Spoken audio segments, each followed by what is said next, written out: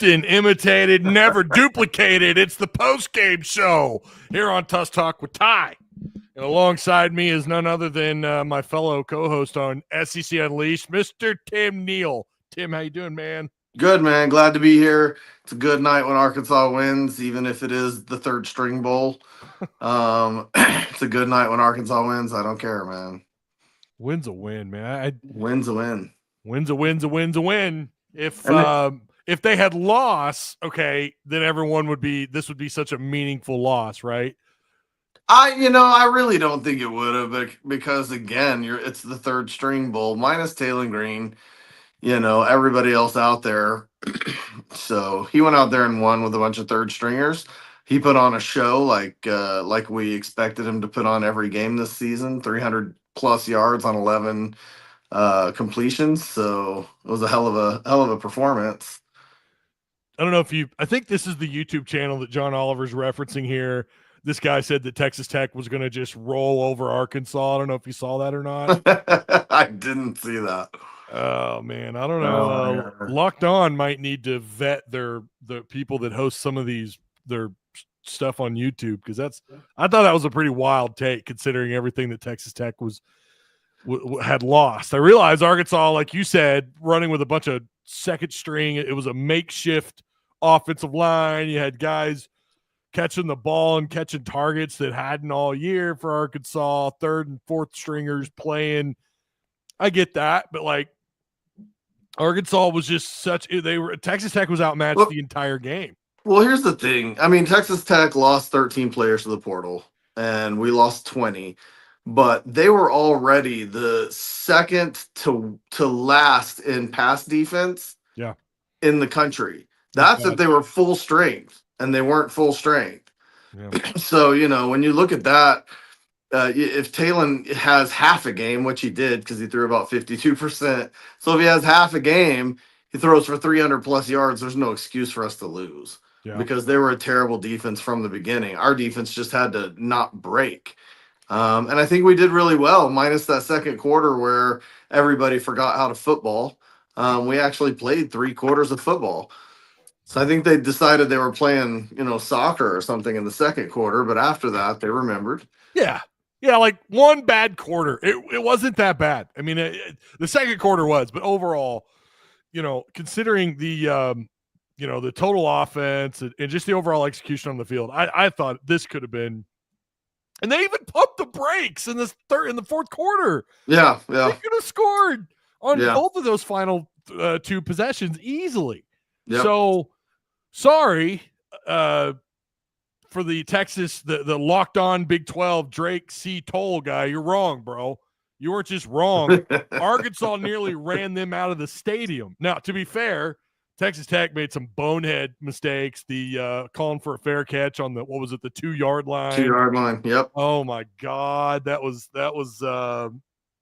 very Arkansas-esque special teams. Yeah, well, I mean, I think it goes to show, and we've been saying this probably for a long time now, that there was never really a Power 5 conferences when it was Power 5. It's not a Power 4 conferences now. It's a Power 2 conferences. The best of the Big 12 doesn't hang with the middle of the pack SEC or Big 10. The best of the ACC doesn't hang with anybody. And I mean, I looked at that. They showed that stat at halftime. The ACC's 0-5 in bowls so far. Oh, yeah, I didn't know that. And the Big 12. I mean, they're 8-4. That should say something. But an 8-4 team against Texas Tech would have rolled them even worse than we did. An 8-4 SEC team would have rolled them worse than we did. Well, it's just not a Power 4 thing. It's really the Big 10 and the SEC, and that's absolutely. I think most people recognize that, and I get too, like someone's going to say, well, Oklahoma State did beat Arkansas earlier in the year. And as we said then, and I'll say it now, if you watched how that game unfolded, that was 110% Arkansas beating themselves over and over and over, and still outgained Oklahoma State and gave that game away. Yeah. And should have won that game by a couple of scores. Someone said this in Discord, and I couldn't agree more. I think this was Mike, aka Eagle, in one of our mods. He said, "This is how the Oklahoma State game should have gone." It's 100% how it should have gone. you notice out here we didn't have anybody body slamming somebody to make a point. So, Yeah. I mean, that cost us huge in the Oklahoma State game. It did. Personal fouls cost us, just overall poor play, bad special teams cost us in the Oklahoma State game. You didn't see a lot of that out here. So this was I listen, we got to do the gold chain. I didn't pull it down off from behind me, but I will. This guy absolutely deserves an honorable mention in Desmond James. Absolutely. What a ball game, dude. Should he have been playing all year, Tim? What's the deal? Should he have been the guy, maybe over Centennia? Or is this just a Texas Tech is just that bad and he was able to excel kind of thing? No. I heard you at halftime talk about his drops in the offseason. I think he handed his drop problem off to Broden for the season. Maybe he should have taken all the snaps that Broden took, and Broden should have redshirted this year or something. Like, maybe Broden should have broken his pinky toe and taken a medical red shirt or something, because James was awesome tonight. And man, you just look back and go, how could he have contributed all season long? I don't know if you saw my text earlier, but you were mentioning about his speed, and they said on the TV he was a 10 400 yard.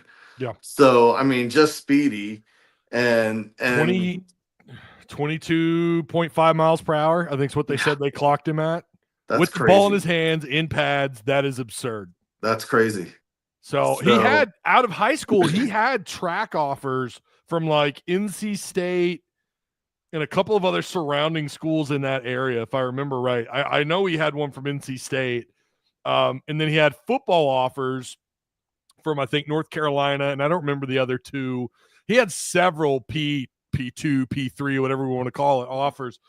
Was so glad to see him finally have that moment, because I can remember last year when he came in, that's all like people were talking about was, when are we going to get to see this guy ball out? And I said, listen, he's a freshman, give him time to redshirt him. I was thinking this year he's just, maybe he'll blossom, maybe he'll have those moments. Of course, we knew he was going to have to fight off Andrew Armstrong, Tesla, Centennia, Broden, and he just couldn't make it onto the field. He gets out onto the field, Tim, and he looked like, I mean, nobody on Texas Tech's defense could keep up with this cat.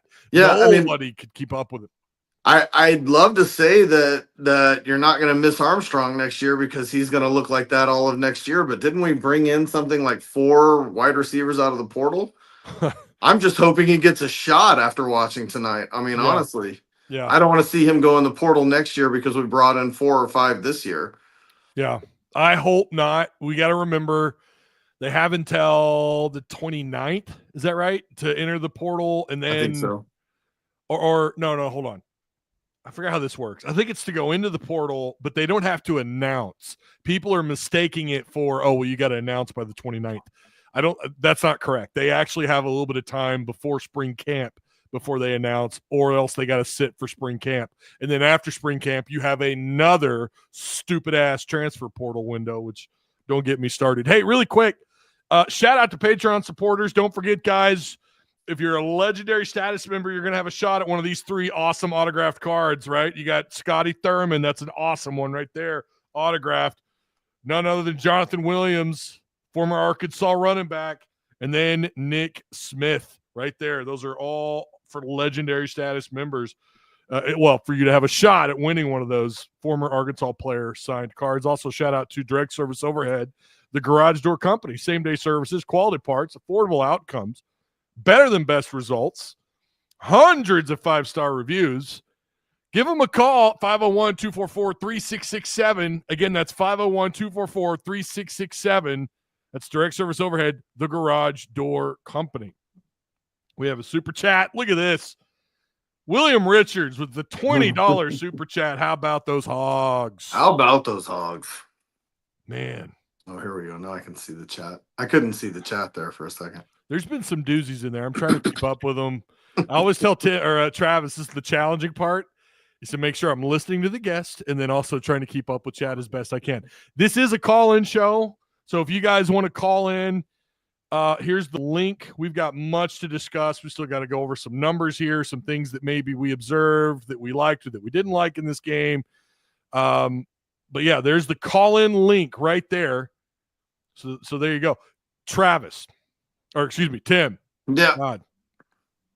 No, you can know that I'm not Travis. I'm actually sober. He's watching this. I know he is, or he's gonna. That's why I said it. Come on, Travis. Call in. You know you want to. Yeah, get your drunk ass on the line. 3 straight. This is the first time ever, if I'm not mistaken, for a head coach at Arkansas to win 3 straight bowl games.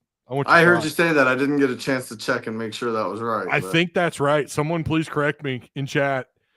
If let's assume that is correct, what are your thoughts, man? Is this? I mean, it goes to coordinators. I don't think it has anything to do with Pittman. I do think, as long as he stays out of it as much as possible, plays CEO, lets Bobby run things. I will say that I feel like Bobby almost proved me right. So many people hated me last year when I said Bobby would be a 1-year coach and out of here.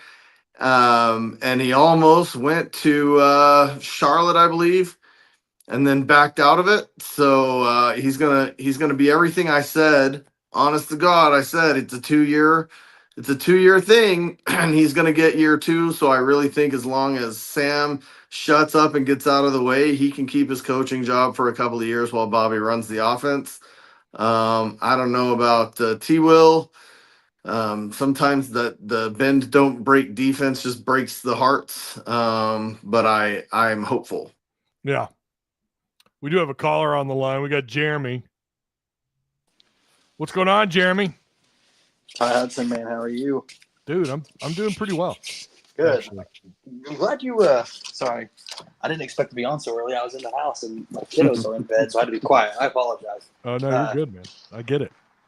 Man, so I'm just now tuning in. I don't know what I've missed and what you guys have talked about, but what I will say is, I mean, I think given the circumstances, Arkansas looked, surprisingly good given how many people left the portal. I know Texas Tech was dismantled as well, but I don't know. I hope people don't lose sight on what I and many other people believe should be the standard of Arkansas, if that makes sense. I mean, a Liberty Bowl in year 5, like losing record. I hope people just don't, I don't know, see that and say, okay, well, this is good enough. Bring him back.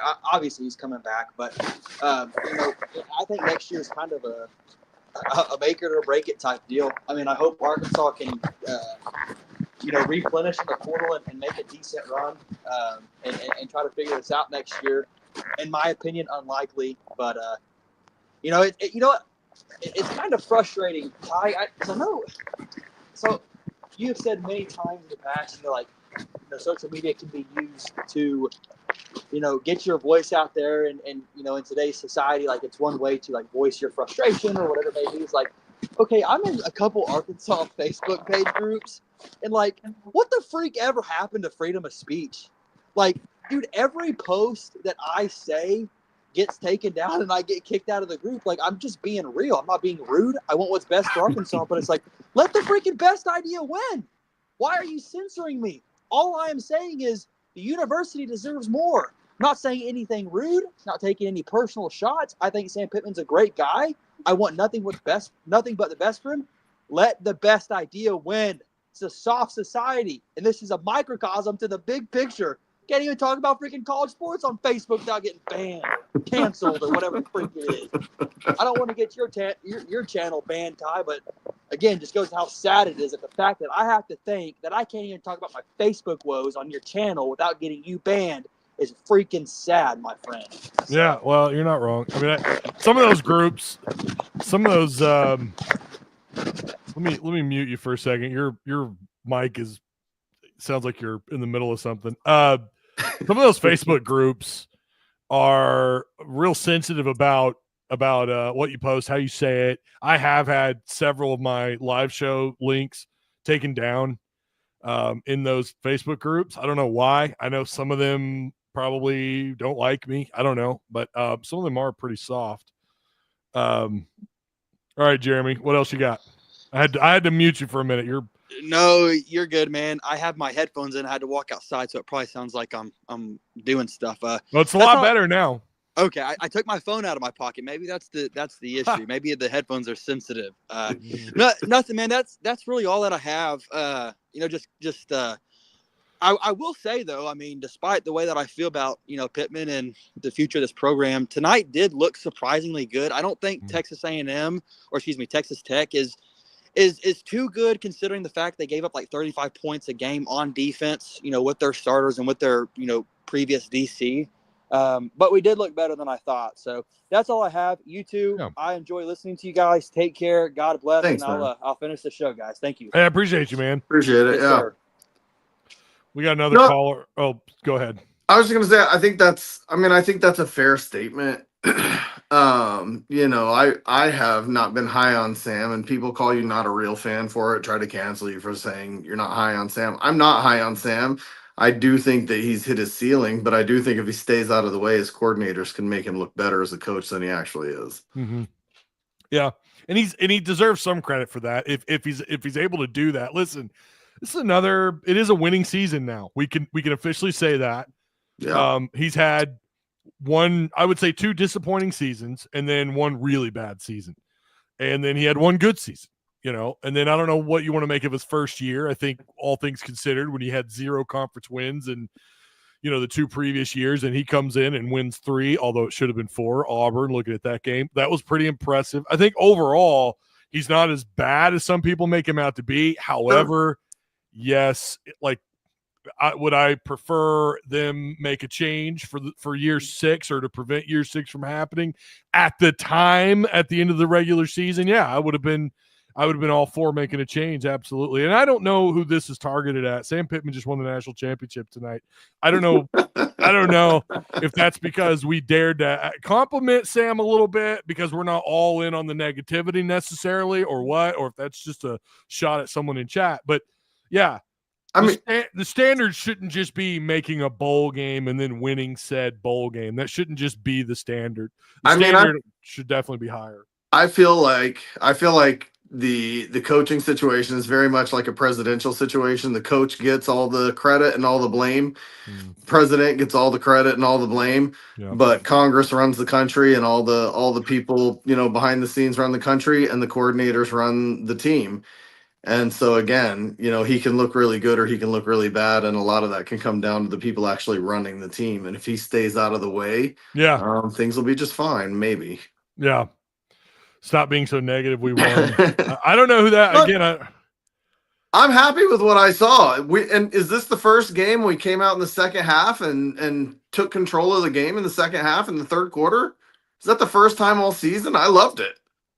Yeah. There's only 1 quarter where I was like, oh no, we've seen this before. And I went into the halftime, into the live show, and I even said in Discord in that live chat, I said, I don't know what to expect in the second half. Traditionally, it's been not good in the third quarter for Sam, and that wasn't the case. I mean, they held them to 0 points. They got 10 points, and they won the second half, outscoring them 15-7. So yeah, I mean, I was definitely happy with what I saw, especially considering the what has been the norm under Sam Pittman for the last 3 years, at least in the second half of these games. John Goodman, what's going on, man? Hey, Ty, it's been a little while since I've seen y'all. Yeah, man. Man, how about them Hogs tonight? Pulling off. How about them Hogs? A much, much needed win, I would say for sure, moving into the off season, especially with everything that's been going on with the roller coaster of a season that we've had. But I will definitely say this is a building block going into 2025 with the schedule that's going on. Man, this schedule I just seen a while ago for 25. It is crazy. And the thing about this, they got to go to Memphis again. Yeah, got to go back and play the Tigers next year. Sure do. But I will tell you who I'm excited for is getting out of the portal. Was getting Courtney Crutchfield back. Oh yeah. I was going to talk about that later on, but yeah. That was big. Courtney Crutchfield's big. Yeah. And, ASU, I watched their game yesterday when they played Bowling Green. I mean, it's crazy that both teams in the state of Arkansas won their bowl game, and now they got to face each other in Little Rock. Yeah. Yeah, absolutely. What did you think of Taylor Green's performance tonight? I think it was today. a great performance, especially the one where he was rolling out to the sideline, and the one dude for the Texas Tech, the defensive back, he just fell right to the ground, and then just Taylor just said, "There it is." Yeah. He for a little while there, I thought Talon was just on fire. He couldn't miss. Of course, he didn't throw that many. I think he threw, 20, 21 throws tonight. He was something like 6 of his first 7, pretty good. It was mostly the receivers racking up the yak yardage, right? The yards after catch that's why he had, whatever it was, 286 yards on like 7 completions or whatever. He ends up with 341 on just 11 completions. I would love to know if that's like a record. I think Ryan Mallett probably had a couple of games where he threw for 300 plus on just low double-digit attempts or completions. I'm sure he did to Joe Adams or Jarius Wright, Greg Childs, Chris Gregg, guys like that, I'm sure. But Talon Green did this with guys like Desmond James, C.J. Brown, Tyrell Reed. He had just 4 different receivers he threw the ball to. That is absurd to have that kind of yardage. In none of these guys were marquee players. Yes, like Tim mentioned, Texas Tech was already bad on defense. I get that, but it's not like Arkansas was walking in there with their A team, right? They weren't walking in there with their guys, with their studs. They're coming in there with a bunch of backups. This was definitely the backup bowl, and Arkansas won the fight. If Desmond James had this good of a game tonight against that kind of defense, where has he been playing all year? I mean, okay, I'm going to tell you right now. He reminds me of Colby Hamilton when he was a freshman. Desmond James does. That's a good comparison, actually. Pretty similar in size, too. I think he had the same amount of catches tonight that Broden had all season. So, yeah, and he caught all of them. What a difference! I mean, we should have had him during the Oklahoma State game. He would have tore all over them. Yeah, you're not wrong. I want to tell you, was you impressed by Reed tonight? He's like a third string running back. He came right out of the backfield and caught it. I mean, he's got some speed too. I thought he ran funny. He did. I thought he was going to fall several times on that run, actually. I was like, what is he running? It looks like he looked like a black mini-me from Austin Powers running with a Nerf football. That's for real. That's for real. He did. He looked kind of almost like he was surprised he was playing. The dude's an athlete. Don't take anything away from him. I'm not trying to. But he's an athlete. The guy could play ball. I mean, he's definitely, he was a late get a little while back.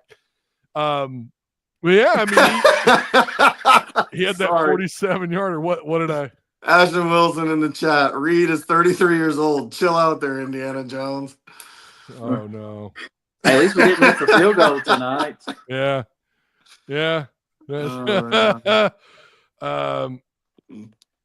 was crazy that one special teams play. Texas Tech fair caught the ball right at the 2-yard line. I'm sitting there like, what are you thinking? Yeah. Well, it was definitely a very Arkansas, circa 2023 Arkansas special teams kind of move there for them. They were bad on special teams, and there were at least 2 flags on special teams tonight too, which is stuff I definitely try to keep an eye on because I've been so critical of Scott Fountain as a special teams coach. But you know what? His kicker went 3 for 3 tonight. I mean, we could sit here and whatever. And by the way, Devin Blake had 4 punts for 193 yards. He averaged over 48 yards a punt. And he downed them inside the 20 twice. One of those down to their 2-yard line, which ended up not working out so well for them. But yeah. I'll tell you, one game doesn't make Scott Fountain a good coach. Come on. No, it doesn't. No, it doesn't for sure. Hey, John, I appreciate you calling in, man. You got anything else for us? Man, I'm just getting excited for next year, and I'm going to tell y'all what, boys. Basketball in the SEC this year, I mean, it's going to be a blood slaughter. I don't even know how many wins we're going to even have in the SEC with the basketball schools. Because every team, I mean, they are hard this year. Yeah, I'm trying to figure out what the magic number is for Arkansas to get to. I want to say like 7 might actually get you in. And the announcer keeps saying that every game's going to be a quad 1 win. Every road game will be a quad 1. It'll be a quad one matchup every single road game. I've never seen this in all the years that I've watched ball. Tim is an OG. He's kept up with the Razorbacks for a while.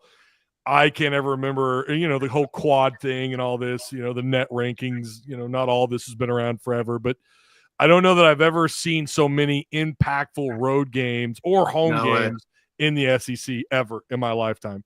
Well, I guess we'll see how things go. We'll get Oakland on Monday. Hopefully we can take care of business there, and then big one next Saturday on the road at Tennessee. Yeah, that's huge game. All right, we got Travis coming up next. John, I appreciate you, man. Thanks for calling in. You're welcome, guys. Go Hogs. Go Hogs. Hey, man, one thing I think is not really being talked about is Mr. Double Transfer Portal coming out and doing not shit on the field. Talking about Braylon Russell averaging 2.5 yards a carry. Yeah. I was surprised he had that many carries. And I heard you at halftime, and you're like, oh, you can't blame him for two guys and missing that block. Green should have got rid of the ball quicker and not gotten the safety. Yeah. But, dude, like, you can blame him for not getting at least one of those guys.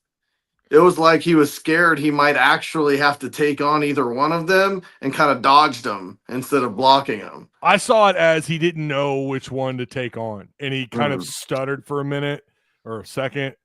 It looked to me like he thought he was running the ball and trying to twist to not get tackled. Yeah. Like he didn't want to take the hit that he was about to take. But the point I was trying to make was it didn't really matter. Had he gotten one of them, who cares? The other one was right there in his face anyways. It wouldn't have mattered.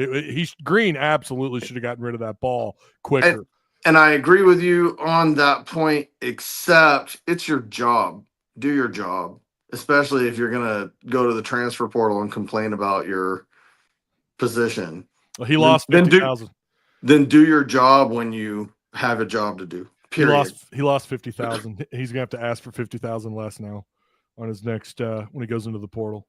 He just lost. I would just send him back to the portal. Our running game looked fine without him. Dude, his value. I mean, for real. If this is how we're gonna do this, if this is how these players are gonna play this game, because if you look at his volume of carries this year and his contributions on the year, he had a couple of really big games. Mississippi State, Tennessee, he came in and was just a dog. But like. Okay, so then how do we evaluate your value now? You averaged 2.5 yards a carry. Granted, you had your longest run from the line of scrimmage was 11 yards, but you averaged 2.5 yards a carry. Sure, you got a touchdown, right? Against a terrible defense. A really bad defense, a defense that's missing guys up front. So what's your value at now? If that is indeed what this is all about, which we all know, how it's not, works. But it's not. His value probably dropped a little bit, right? It's going to be a little bit harder for him and his agent, whoever that is, whatever. Some say it's his dad. I think he's been shopping around a little bit looking for a new agent. I don't know. But his value dropped a little bit. He didn't do anything in this game outside of the touchdown, outside of the one, which was set up by an absolute beast pass and catch by Tesla. No Tesla, no Russell touchdown, period. Yeah. I agree. Yeah. Travis with glassy eyes. Hey, what's up, boys? How many beers deep are you currently? Dude, like 17. 18? I was close. 18. I don't know. I was close. What's up? Hey, whoopee, baby. Whoopee. Yeah, what's up? Where are you at? Where are you at? Braylon Russell is overrated. Overrated. Oh, you just heard what we were talking about. I did. I was listening to you boys. Dude, Russell looked like crap tonight, dude. Am I wrong? Exactly. Yeah, he didn't look very good. Hey, Rodney Hill, running back one. Well, yeah. I mean, okay, he's not. But let's be real here. Like, he looked like the better of the two this evening. Yeah, it was funny how he got a 70-yard carry and then didn't see the ball again for 3 series. Dude, Pittman, I'm telling you, that was Pittman ball, dude. Sam Pittman ball. He's like, oh, we're whooping their ass. Let's calm down, guys. Let's put in the backup quarterback. Let's calm down. Things of that nature.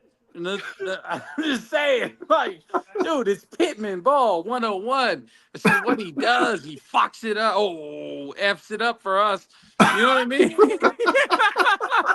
Dude, like, and listen, if Bernino was the coach, he's putting the foot on the throat. All right? Yeah. We're gonna score 70. All right?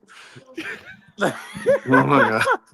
I'm just saying. When you do your Pittman, bro, I lose it. Yeah, dude. Oh, let's get over. I am highly intoxicated. But I'm just saying, hey, we won. Texas Tech sucks. Let's go. Texas Tech sucks. Their defense is so bad, dude. It's awesome. Hey, well, while you're here, we're gonna do this. Let's go over who the player of the game is.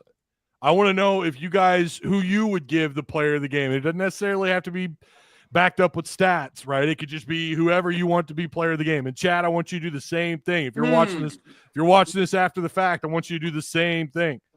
I need to read this. I want to say Desmond James so bad, but he got hurt a couple times. He got hurt multiple times against a Big 12 team, dude. What's going to happen to you against an SEC team? You know what I'm saying?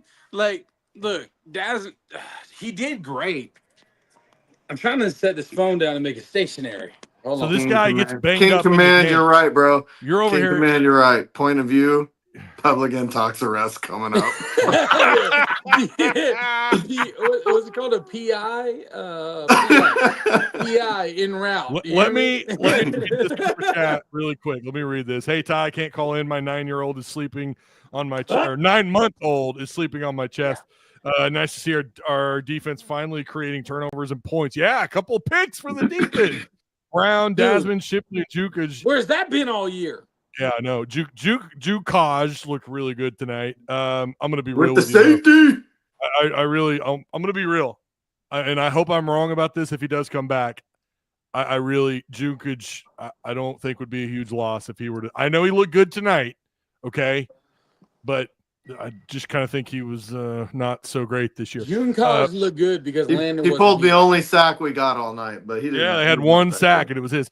TG to read in stride finally. I don't know about finally, man. I mean, he hit people in stride later on in the year. That got better. His accuracy did get better, and they talked about that on the broadcast. I think that's accurate. He got better. But tonight he was hitting everybody in stride, which is why they were able to rack up the yards after catch. So it was pretty impressive. All right, you guys tell me, starting with Travis, since it sounds like he's already given this some thought, who's your player of the game? Ooh, I'm going green. You gotta go green. Okay. Tim? Man, I am not going to go green because the stats are yards after catch. Mm-hmm. I'm on Ty's show. The stats are on yards after catch. A couple of guys really upped his stats. Hey, the wife wants to make it a I'm gonna give it to Desmond. I'm gonna give it to Desmond because of that. Okay. Okay. But that's not taken away from. But listen, dude, look, his completion percentage for the year was 60%, right? He completed 52% tonight. I mean, that's underperforming, and yards after catch make him look better than. So I'm giving it to the receiver. Okay. Tim's so sober. Tim's sober. Yeah, Tim's very. Hey, I'm gonna let somebody get in. I'm gonna let somebody else get in. I love y'all. Move. Hogs win. What's up, baby? Ah! Take it easy, man. See you, man. See you, buddy. Avoid the 5-0. Oh, he's gone. All right. Okay. I hear what you're saying about the yards after catch, and I agree. But I gotta go. I gotta go with Green. I mean, 400 total yards of offense, 3 touchdowns, no turnovers. Yeah, his completion ratio wasn't great. He did overthrow at least 2 targets. I thought there was a couple of times where he kind of hung his receivers out to dry. He took a safety. He took the safety. I mean, that was definitely on him. He deserved that ass chewing. But, like, good Lord, 3 touchdowns, 400 total yards of offense, 81. He actually tied the leader in rushing yards for Arkansas. Rodney Hill had 8 carries for 81 yards. But I'm going to give it to Taylor Green. Taylor Green's going to get the golden chain. Yeah, I didn't like some of the not so great completion percentage. I thought there's some reads out of the RPO that looked like, unless they were maybe designed by Bobby, I didn't know why he a couple times gave the ball off to Braylon Russell only to be tackled for 2-yard loss on those. Some of those carries I don't think were on Russell. I think Green should have tucked it and kept it. I mean, maybe, but 200 yards of his passing yards, 200 of his passing yards were yards after catch. Yeah. But so again, he got the ball in the right guy's hand, but he's responsible for 141 yards passing. The other 200 are on the receivers. Well, but that doesn't happen unless he's hitting them in stride. I said he hit the right guys. Well, but he not only did he hit the right guys, he hit them in stride. Ball placement means everything. So I that's why I'm going with Green. I don't know that I even agree with that, because if you looked at James's long reception, he had to avoid some guys. It wasn't necessarily that it hit him in stride. Yeah. He shook some guys. But that's so maybe. Yeah, but that's 192-yard catch. That's one. But also, the throw to Tesla, dime for sure. Running out of the pocket. I mean, so we could sit here and split hairs. At the end of the day, you scored 39 points. Yep, and he was responsible for 3 of those touchdowns. And he was the quarterback. He was the starting quarterback that produced a lot of offense. But I agree. Yards after catch absolutely help. We do this thing though where like we want to split hairs with Green with all the bad. And I think sometimes people don't want to look at any of the good. I'm not saying you're doing that here. I see this a lot in Discord. I see this a lot in other live chats and on Twitter, where they're just so anti. It reminds me so much. There's a reason why I'm bringing this up. It reminds me of the Brandon Allen saga, his time here. That dude did nothing right. Even his senior year, people did not want to give that guy credit when he was owed some credit. And what happened? He ends up getting drafted. He's still in the NFL. He's clearly been the most successful pro hog at quarterback for I don't know how long, since I don't know. I mean, ever. Yeah, between him and Joe Ferguson. I mean, if you're just talking about years in the NFL, now obviously Ferguson was a starter and all that, but you got to give him his credit. And so I don't want to make that same mistake, because I was guilty of that too with Brandon Allen. Now I did say his senior year, I thought he was going to have a really good year. I'm in a group chat with the same group of guys for the last 15 years. We went back and forth about this Brandon Allen drama, and it felt so awesome that I was right and they were wrong. And I love bringing it up to them every once in a while. Yeah, but you can throw all the shit you want at me about when I'm wrong, but you don't want to admit what happened with Brandon Allen. I kind of feel like we're going to do the same thing with Taylor Green, where he's catching all this heat, and yet no one wants to look at like, okay, but they did win 6 games. He had a big chunk in that of the 6 wins, while he also had a big chunk of the 6 losses too.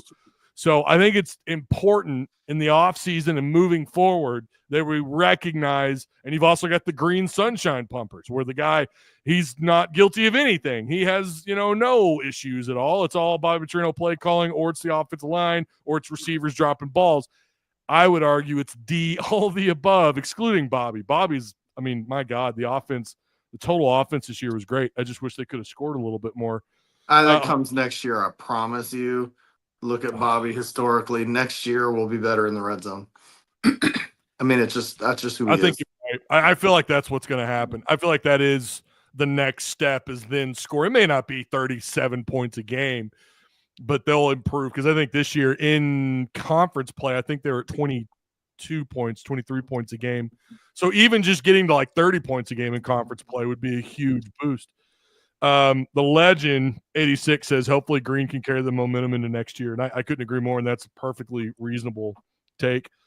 How hot? This is a good question. How hot is Pittman's seat now?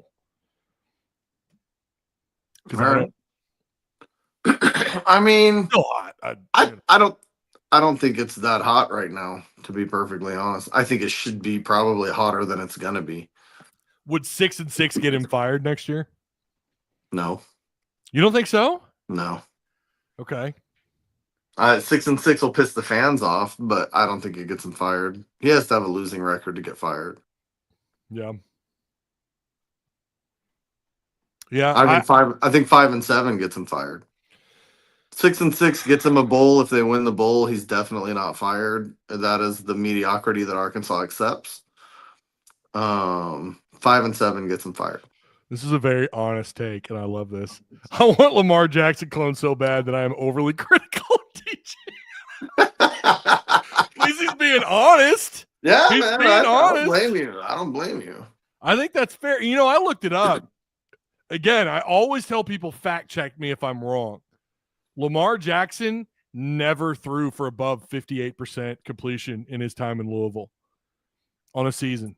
He never threw north of 58%. I think the best he had was about a 58% season. Now, that might be including like bowl games, and maybe there's some other, stat sheet that doesn't show bowl games, or maybe they only include conference games. But what I saw, I looked it up, as my dad often says, Google it up. So that's what I did. I Googled it up. I Googled Lamar Jackson's college career stats, and I don't think I saw him one time throw anywhere near the completion percentage that Taylor Green did this year. He ended up at 60, pre-game, pre-bowl game. 60.5, right? Yeah, it was like right at 61%.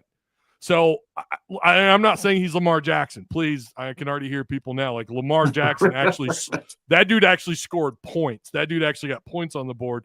Taylor Green is not Lamar Jackson. But I will say, I think a lot of the way this offense has kind of been tailored to follow that model of player at quarterback, that kind of athletic dual threat guy.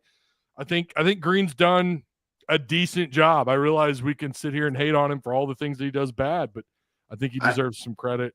I will say I agree with the announcer. The announcer said if he pushes from 60% this year to 65% next year, despite being Temu announcers on a Sheen platform, they did make that point that we're probably 2 to 3 wins better with him at 65% instead of 60. I think that's probably true if he can make that kind of improvement, 5%. Yeah. Yeah, I heard him say that. Yeah, he did. Get that number up a little bit. Yeah, he needs to be closer to 65. As close as 65. What was with that production quality tonight from ESPN? It's like they picked 2 guys off the street to call the game who had never seen a football game before. And I got one of them. What wasn't one of them Andre Ware? Yeah. It was like he forgot football since he quit playing. And then the sound went out, and it was like trying to watch it on Pluto TV instead of watching it on ESPN. It was horrible. It was bad. At one point, it sounded like I was listening to the audio out of my 25-year-old Philips stereo that I have right here. The audio out of that is bad. These speakers are old. I got this thing when I was like 13, 14. Yeah. And the audio out of that sounded better for a little bit there. I don't know what that was all about. I would say going back to this question, because people are still talking about it. And this is a really good point. Steve-O makes a really good point. 6 and 6 with this with the schedule would be a win. I looked at next year's schedule, but I've forgotten it. I'd have to go back and look at it again. Oh my God, dude. I'll pull it up real quick. It's brutal. I mean, it's like you got to play at Memphis, and Memphis, the Tigers were good this year. You've got Notre Dame coming to town. You got to go to LSU, to Ole Miss, to Texas. It is a brutal road schedule. Not even your non-con. Again, Memphis is an easy, that's not going to be an easy game. Your non-con this year was easier when you consider how bad Oklahoma State ended up being. Yeah, I mean, we very realistically could be 2 and 3 at the first break. Yeah. Ouch. It's pretty brutal. It is. It's rough. There's not a lot of wins on there. So 6 and 6 probably would be a pretty damn good season, all things considered. Ashton's making a point here. He says it's not completion percentage, guys. It's the lack of passing touchdowns per game. He had 13 before tonight. He needs 20 a year. Armstrong had only 1 receiving tutty. That's absurd. You got to realize, and I don't disagree, Ashton, but that's not all on Green. Let's not sit here and act like that's 100% on Green. There were 4 passes in the end zone, 3 of which were dropped, and one was just really well defended by a safety. That throw, I think it was Mizzou, and Green throws a dime right on the money. It was a hell of a throw, and the safety just came over the top at the last second and made the play over Centennia to force the incompletion. So it's not all on Green. And let's not forget the guy was running for his freaking life half of every game. So let's not sit here and act like that's all on him. But I do agree it's more than just passing percentage.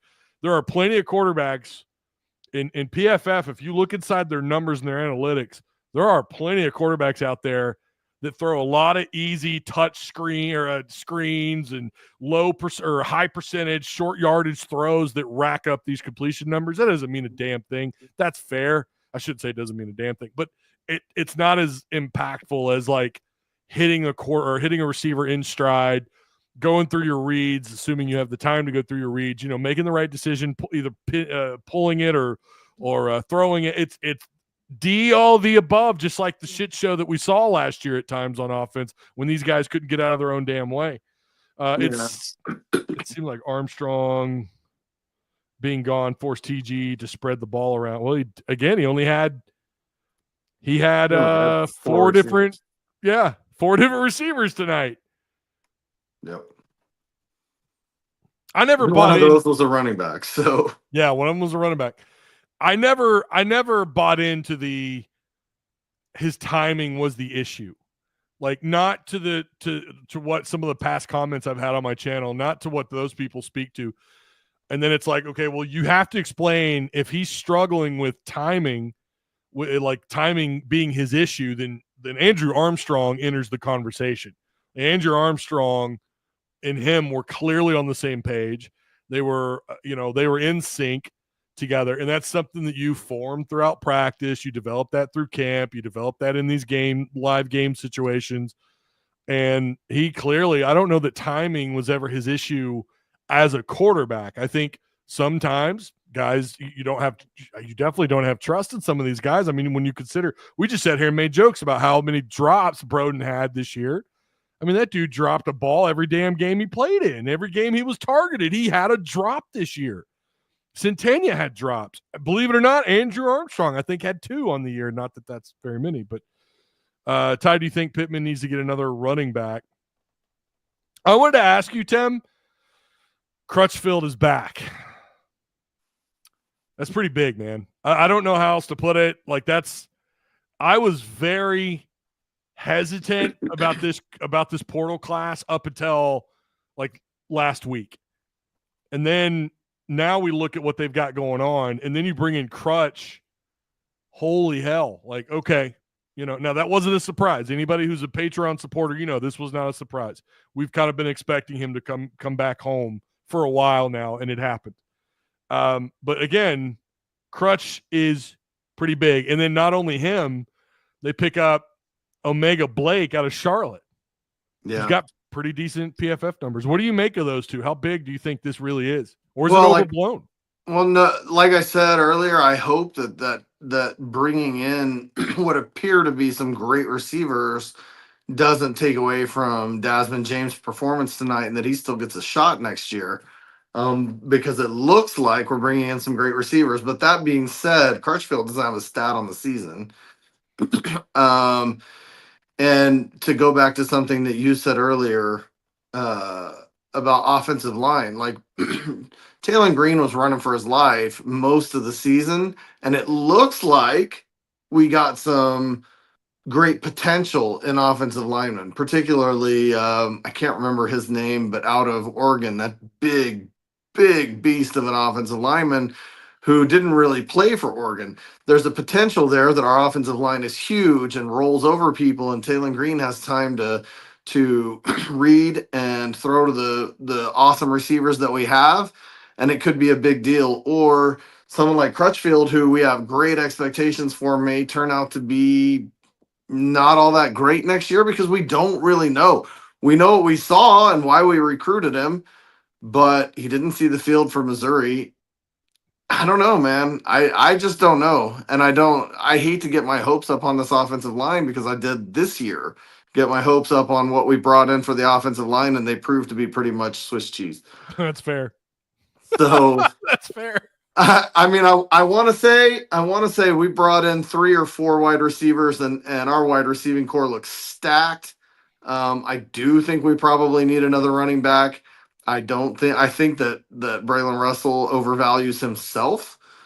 And I don't think Rodney Hill's an every down back for a game.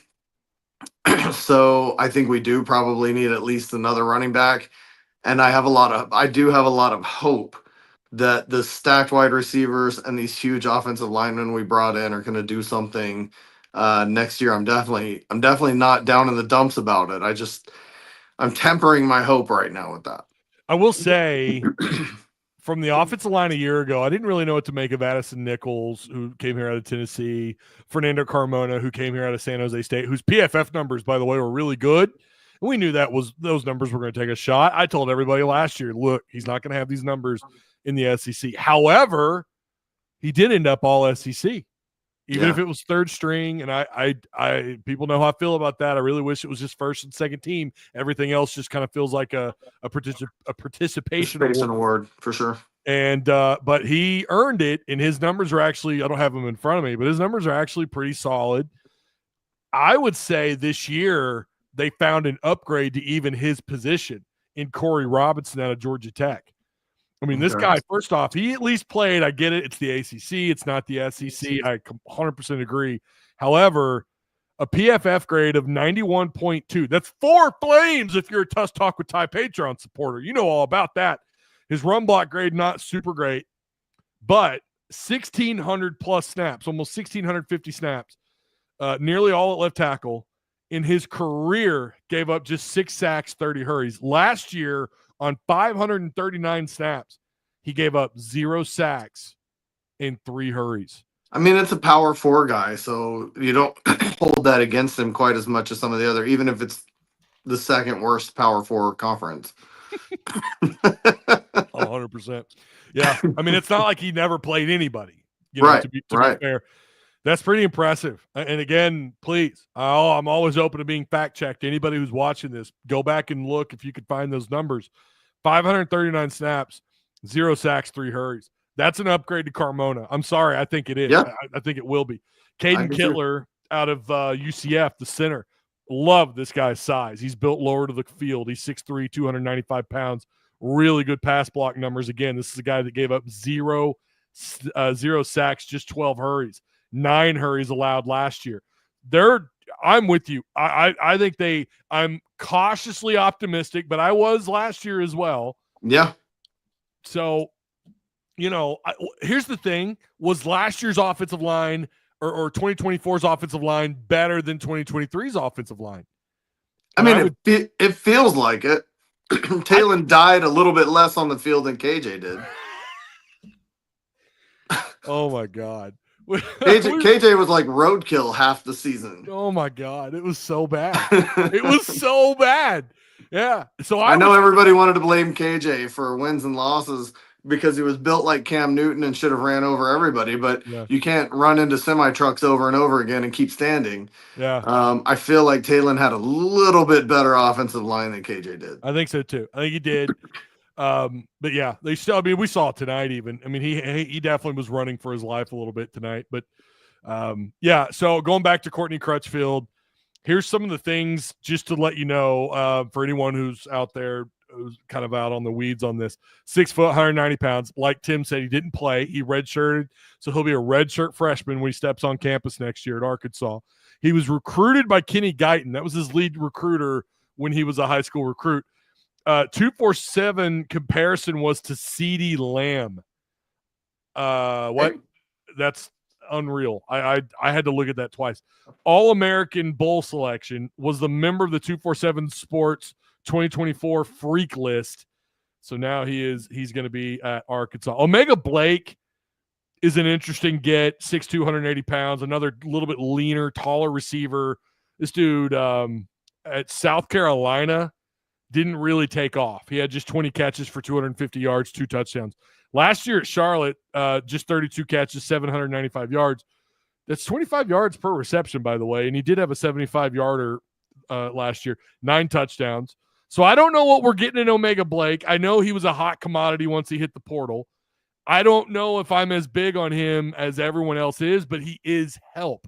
And like we were just talking, the question is going to be, will Desmond James, assuming he sticks it out, will he get lost in the weeds next year in the depth chart? I'm going to tell you, I don't know how much of this was Texas Tech secondaries just cheeks. We know they are. They're bad. They were already bad before the opt-outs and the portal numbers. But he looked really damn good tonight. He looked really fast, especially when you get that ball to him in stride, or if he's got to work for the ball, he'll do it. He's a bigger-bodied receiver, and obviously he could move like we mentioned. I mean, this cat's running 22.5 miles an hour. You know, he ran the 200-meter in high school, was recruited by college schools, NC State and the like, to go run track at these schools. So I think he's going to have a really good shot, and it's going to start his tryout really was today. That was his tryout. Now he's got to go forward in spring camp and prove that he belongs near the top of that depth chart. I feel like he'll battle. I don't know if he'll win it or not. Courtney Crutchfield's going to have something to say about that, right? And some of the other guys that are coming back and some of the guys out of the portal. But, yeah, Courtney Crutchfield could be a really big boost, but it's nice to know that you're going to have these guys and the possibility of Desmond James coming back. And don't forget, like we're overlooking freshman C.J. Brown out of Bentonville. He's another bigger-bodied receiver, about 6'1", 6'2", 195 pounds. He's a prototypical Petrino-type receiver. So there is something there to watch out for in spring camp, and I'm really excited about it. I really am. Hey, if you guys want to call in, there's still a little bit of time. I mean, Brown did get 4 catches on 4 targets. 100%. 100%. Can't ask for much better than that. So Broden, on the other hand, would have got 100% of his drops. So we'll take that trade-off anytime. Poor Broden. Listen, Mr. DC, this is what I do, okay? I watch a lot of videos. I get that there's some excitement around Omega. I'm not saying there shouldn't be. But everybody looks good on highlight reels. Just it's going to be hard to find bad footage on a player on a highlight reel. I've watched stuff on just about every receiver and almost every player that I could find. I was going to link some of those videos to their profiles in the portal commit page for Patreon supporters, but I decided against it because it takes up too much space. But there are some guys that I still need to go back and rewatch some of their stuff, but I'm not saying he won't be great. I'm not saying that at all. I'm saying I don't know that I'm as high on him as other folks, whether it be in the media or some of the fans, are making Omega Blake out to be like this deity among receivers. I'm like, all right, hold on. I think he'll come in and make a splash for sure, where he's going to get targets. I think that'll be the case. He could be great. Who knows? We'll see spring and fall camp. What'll be great is having options. What'll be great is having another Childs, Jarius Wright season with 3. I don't even remember who the third guy was, but the 3 receivers where we actually had options across the board. So instead of just having Armstrong and hoping to God he gets open, and because nobody else can catch the ball, it'll be nice to have 3 or 4 wide receivers who can all get their hands on the ball. And that's the thing. These are guys that I'm assuming Bobby and his receiver coach sat down and he had time to evaluate. Remember last year they were just kind of coming in. Joe Adams. Thank you, Ashton. That's right. Mr. Punt Return. Oh, yeah. Mr. Kickoff Return, Mr. Punt Return, Joe Adams. That was the best year for receivers. Oh my God. Never saw anything like that. We knew it was coming though. You know, when Petrino was here, we knew it was coming. Like we knew that guy was going to piece together, a hell of an offense. Did you see, while we're on the subject of the transfer portal, Arkansas right now ranked 12th. Now they clearly have the most total commitments. I think in the SEC. I could be wrong. I thought LSU or Ole Miss had as many. No, Mississippi State's got 17. So Arkansas has 16 commits. Mississippi State right now, according to 247, is ranked ahead at 5th in the country. Ole Miss at number 1.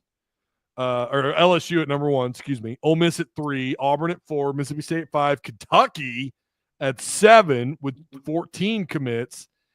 And this is what's crazy. And then A&M at 9th, Mizzou at 11th, and then Arkansas at 12th. So even though you're 12th in the country, you're still middle of the pack in the SEC when it comes to the actual rank. But did you see the commitment out of, I'm forgetting his name, I think Antonio Jordan, wide receiver out of Warren? There was an article written that suggested, I think it was Best of Arkansas Sports that published this, he passed up on a $500,000 deal to go to Texas to stay at Arkansas for like. I did hear that. I saw that same article. That is, I don't have it up in front of me right now. I don't have all the details. I don't have all the facts. Go check out Best of Arkansas Sports. Go read the article. They're really good over there. Evan, I used to talk to him a little bit. He's really good guy. Good team of writers over there with Hutch and the gang. That's crazy. That is absolutely crazy. And this is a guy who, as far as I know, did not participate in very many camps, if any at all. Again, I could be wrong. I don't know if I am or not. But if that is 100% accurate, that he passed up a $500,000 deal to stay at Arkansas for under $200,000, dude, I want him. That makes me want him on campus and to succeed even more. Mm-hmm. Mm-hmm. That's incredible. By the way, yeah. big bodied receiver, 6'5", 6'6", 200 and I think 20 pounds, big dude. Have talked to people who've watched him play, and they said he absolutely looks like a kid you would expect to come out of Warren at that position. He's just a stud, just an absolute stud. So I can't wait to get my eyes on him. King Command says Warren has so much talent over the last 20 years. It's insane. I know. Yeah. Wide receiver high school, wide receiver U. It's crazy. Although there are some people who suggest that we shouldn't recruit any Arkansas kids. We should stay away from Arkansas kids. And if that were the case, you wouldn't have had guys like Treylon Burks, Jarius Wright. The list goes on. The vibe I'm getting Antonio Jordan is a Burks 2.0. I'm not going that far. That is, I don't ever go that far when you're talking about a first round draft prospect. If you're talking like body size wise, he's way bigger. He is huge. Again, he is like a legit 6'5", 6'6". Is he DK Metcalf? Metcalf was he was LeBron James in college football. Yeah. I mean, if you remember, when he stepped on the field, he was already a man. Like LeBron James was a man at 18 in the NBA. Yeah. And look, I hate LeBron James, but I have to admit, dude stepped into the NBA like an actual full-grown man. And Metcalf was the same way at Ole Miss, right? I don't know if Jordan has that kind of 40 speed, What did he run at the combine? Like something absurd, right? Like a 4.35. Like a 4.3 or something, yeah. Insane. So he's a little slower than that, but is he built like that? He's 6'6", 230 out of high school. And, say what you want about who Arkansas high school plays against, the caliber of talent. The thing is like if you exceed and you're good enough to get recruited by Texas and Arkansas, and I think Tennessee was involved, Florida State, South Carolina. If you're that good, you're probably going to be damn good at the college level if you're out of Warren. Well, you can't teach size.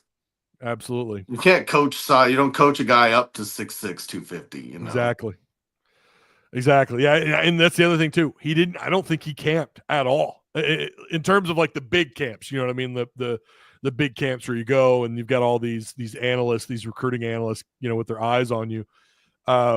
He did in junior high. He was a track and field guy, has that background a little bit, but big bodied receiver, participated as a freshman at Warren. I think 2022 would have been if I'm doing that right. 2022 would have been his sophomore year, wouldn't it? 22, 23, 24. He had 43 catches, 1,000 yards, 14 touchdowns. That's 24 yards per reception.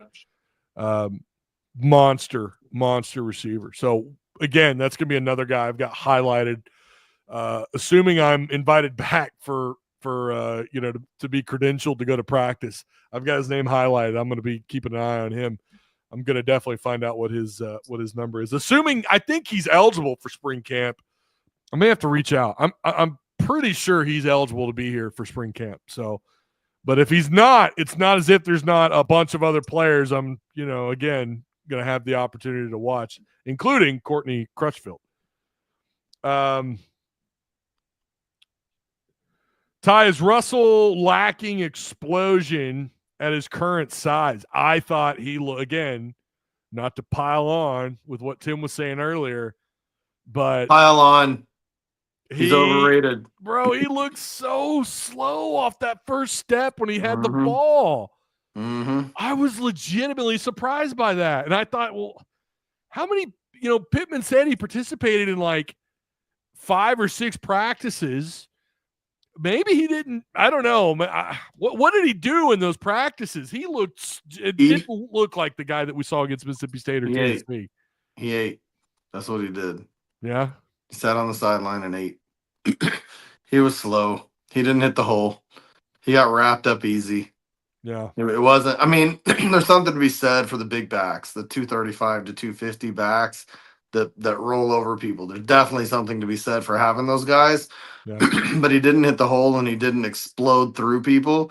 He looked slow. He looked unprepared. I mean, he just didn't look good. And maybe some of that has to do with 3 new offensive linemen, but it didn't hamper Hill. He still looked good getting out there, except for that fumble, where he needs to put some Gorilla Glue on his gloves or something. But Russell looks slow, man. I was, again, really surprised by that. I thought he was going to run them over. I really did. I thought if you would have told me he was going to have 20 carries and then end up with the amount of yards that he did, tallying at 2.5 yards a carry, I would have been like, no way. Not what? Against Texas Tech? No way. I mean, it's like Refrigerator Perry. This is way old for all you young guys. You won't know, but Chicago Bears lined up Refrigerator Perry to gain 2 yards and maybe a touchdown or a 4th down conversion or something. But you weren't lining up a big, huge guy like that who was slow to be your feature back. And right now, Russell, at the size that he is not a feature back because he's too slow. Yeah. He's got to trim down so that he can be a feature back. I mean, that's just my take on it. But right now, he can't build up the speed that he needs to bowl a guy over. It takes him too long to build up the speed. There was a, oh boy, apparently there was a Sanders 2.0. There was a fight at the bowl game. There was a fight at the bowl game, and I just saw a Hawk fan on Twitter posted this about an hour ago. This guy without a shirt on is flipping this dude that looks like a shorter version of Matt Jones. And then some chick, like, I should just share this. I don't know if it's worth sharing because it doesn't look like there's